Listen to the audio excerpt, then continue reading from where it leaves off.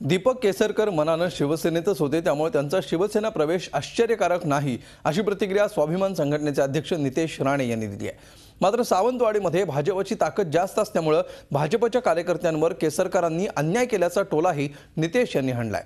या संदर्भात आमचे प्रतिनिधी दिनेश दुखंडे यांनी नितेश राणे यांच्याशी केलेली चर्चा।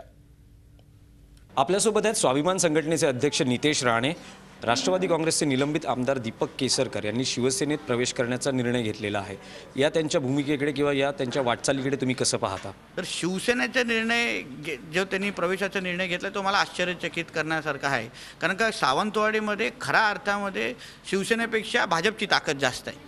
तिथे त्यांच्या कार्यकर्त्यांची फळी अजून सक्षम आहे, तिथे त्यांचे नेते अतिशय प्रभावी काम करत आहेत, म्हणून विधानसभेमध्ये खरा अधिकार भाजपचा आहे तिथे। म्हणून शिवसेनेमध्ये जाऊन त्यांनी भाजपच्या कार्यकर्त्यांवर अन्याय केला आहे असं म्हटलं तर चुकीचं ठरणार नाही। केसरकरांचा जो निर्णय आहे त्यामुळे सिंधुदुर्गातल्या राणे साम्राज्याला कितपत धक्का बसलेला आहे? पहिल्यापासून ते शिवसेनेचंच काम करायचे, म्हणजे वेगळं काय झालेलं नाही।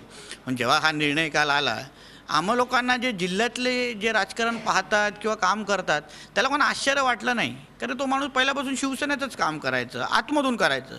एक बरं झालं आज बाहेर येऊन काम करेल, बिळातून बाहेर येणार, लोकांशी बोलणार, ते ठीक आहे, आम्हाला काय आश्चर्यचकित वाटण्यासारखं नाही आहे।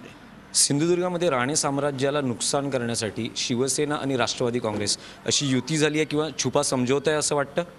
सगळेच राष्ट्रवादी काँग्रेसच्या नेत्यांना मी तसं दोष देणार नाही। काही लोक आमच्या खांद्याला खांद्या लावून पण निश्चित पद्धतीने काम करतात। आता केसरकरांसारखे काही लोक आहेत जे राष्ट्रवादीच्या नावाला बदनामी करतात किंवा त्यांना कलंक लावतात, आता ते बाजूला झालेले आहेत। आता चांगल्या पद्धतीने तटकरे साहेब त्यांचे प्रदेश अध्यक्ष झालेले आहेत, उदय सामंत तिथे चांगल्या पद्धतीने काम आम्हाला सहकार्य करतात। आम्ही सगळेजण खांद्याला खांदे लावून तिथे सिंधुदुर्ग जनतेसाठी काम करू। धन्यवाद। व्हिडिओ जर्नलिस्ट मंगेश बिसेसह Dinesh Dukhande, Zee media, Mumbai. Zee 24 तास रहा एक पाऊल पुढे।